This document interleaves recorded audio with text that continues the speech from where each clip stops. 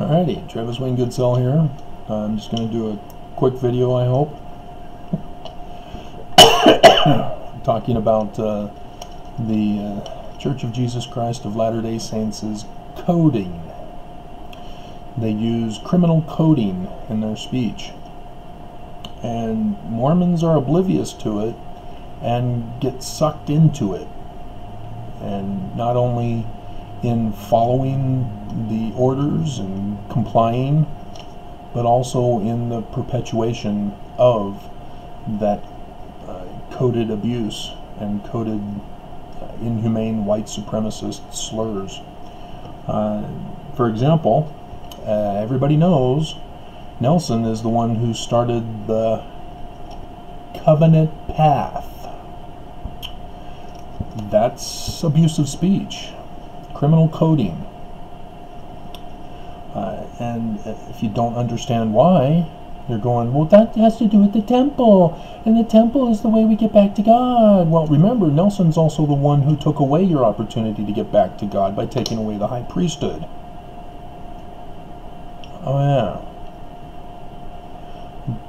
But what else is required to go into the temple to follow the covenants that you give loyalty oaths to? See, there's another problem, giving loyalty oaths to the church. But these covenants, they're in the temple.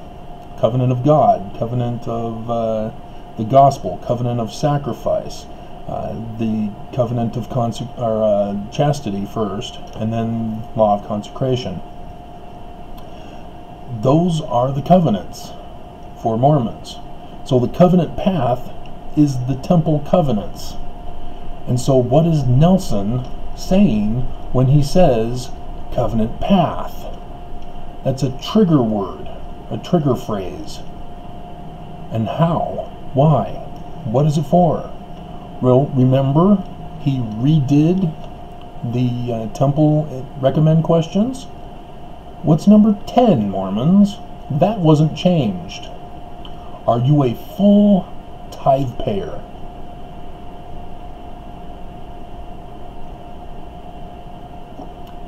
You have to pay for your exaltation. That is the criminal organization of the Church of Jesus Christ of Latter-day Saints. Paying for your exaltation. That's the quid pro quo, as is made popular in a certain presidential impeachment hearing.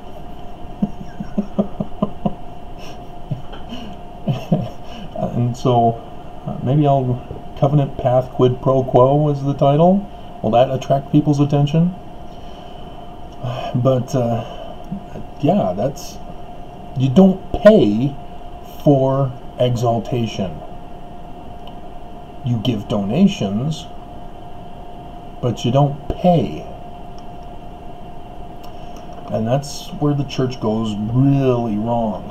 And so missionary work, you know, they're talking about we need to gather the elect from the 4 quarters of the earth, and they're talking about missionary work, obviously. And so what's wrong with missionary work? We need to gather in the elect to the church so that they can be saved with their families for all eternity. Again, are you familiar with a pyramid scheme? What is a pyramid scheme? Those at the top of the pyramid of the corporation recruit people to recruit people to recruit people to recruit people. And how do they recruit people? They buy a kit. And then the recruits all buy a kit down the pyramid. So what is the pyramid scheme in the church? What do you do when you go on a mission? Does the church say, hey, we'll pay for all your clothing, all your necessities? No, you have to pay. You have to pay. And so that's the pyramid scheme of the church. Not only is tithing the mafia crime organization protection money scheme, protection racket, but the They have all these different pyramid schemes that they're running also to get more and more money.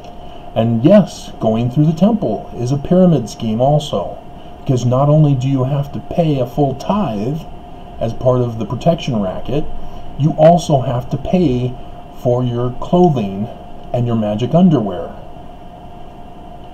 The robe kit, magic underwear garments,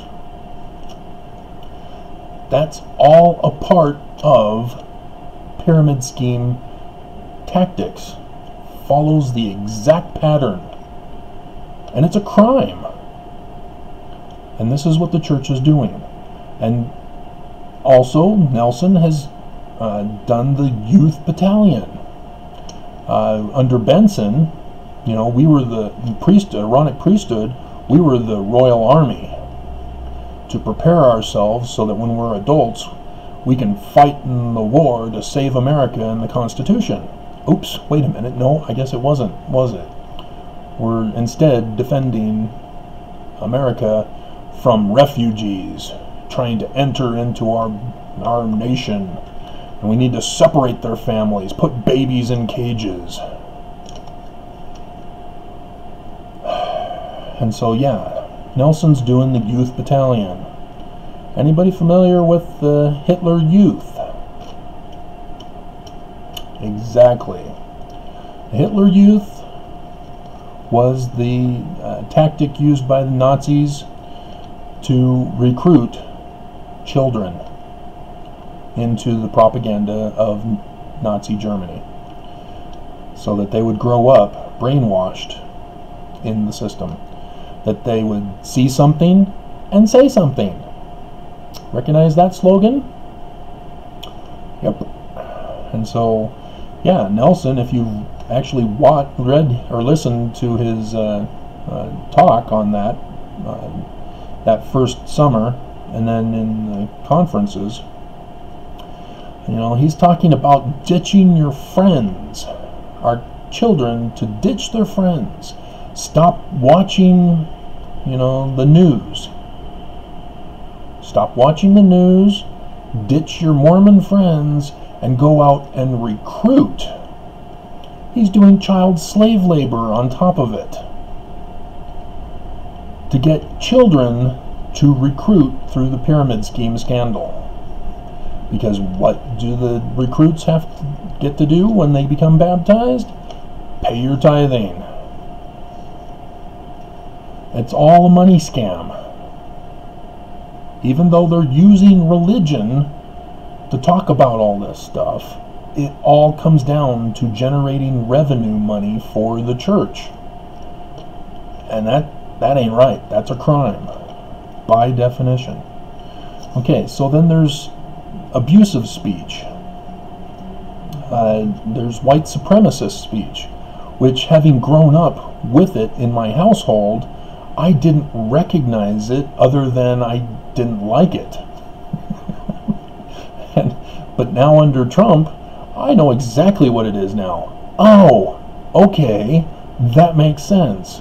My mom was not just a racist, as she proclaimed that she was not as racist as her parents, but she was a white supremacist racist because of the speech that she was using.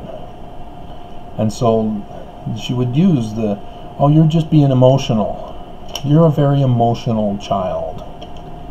And that's white supremacist speech. You know, I'm sorry you feel that way. When you're talking about facts, documents, evidence, and they respond with, oh, I'm sorry you feel that way. Well, that's your opinion. You know, truth is dismissed under white supremacy. And scientific truth is also dismissed under white supremacy. I have to, because they're all related to blacks because of their raped ancestors. And so then you have other abusive speech. They love to victim blame. You know, how many Mormons blame the poor for being poor? Oh. You know, we just need to go back to when the government, after the fact, said, oh, I guess we need to find homes for the homeless now that we've thrown them in jail with Operation Rio Grande. And so they went around to the various cities and held town hall meetings. And guess what all Utah said in those town hall meetings? Hell no. So, yes, Utah hates the poor. Even though there's a push right now to stop the extra tax on food, which obviously is the government hating the poor, because they know very well the poor can't afford food. They know that a tax on food would make it harder for the poor, but they're still doing it. And there's already a tax on food here in Utah, and they're now wanting to raise a new tax on food, a higher tax on food. And so now, finally, the homeless agencies are stepping up and saying, oh, well, we need to have a meeting and we need to talk this out and let them know how we feel. No, guys, protest. Like with the Port Authority. The government won't listen to you. They don't care about you. And so the only thing you can do is protest. And yes, the government will victim blame you, saying, oh, you guys are terrorists for protesting. We're the government. You can't challenge us. You can't criticize us. Yes, we can. We don't want to be abused. And yet that's what they do. They turn it back on the victim, blaming the victim as the abuser. And then accusals. The church is big on accusing Mormons of sin. Even though Mormons have been through the temple, which temple rituals, that covenant path, that's perfection that Jesus was talking about in the Mormon religion. Did you know that, Mormons? Did you know that perfection was completing the temple rituals? Huh. Go figure. Sort of like a tree. At a seed level, it's not perfect yet. It's just a seed. You gotta plant it. You gotta nurture it and all that stuff to grow the tree. And then, when the tree produces fruit, it's perfect. That's the perfection Jesus is talking about. And if you read in context all of the New Testament, you know, oh yeah, okay, by their fruits ye shall know them, whether they're perfect or whether they're corrupt. That's how you judge, is by the fruit, the results, the consequences. And so for the church leaders to be going after those who have gone through the temple and have been made perfect, because remember, you're only supposed to become a high priest if you've shown through your works righteousness. Of course, that wasn't done, was it? It's, oh, I've now turned old age, I'm being moved up into the high priest group, because, I'm too old for those youngster elders. That's how it was done. And so this is a horrible situation that's going on. Yeah, the church constantly, you guys are sinners. You guys need to be obedient to this commandment and that commandment, and you need to stay away from that idol and that idol, because that idol's evil, and you need to not touch it and not watch it, not see it, not smell it, not taste it, or whatever. Notice I was saying idols?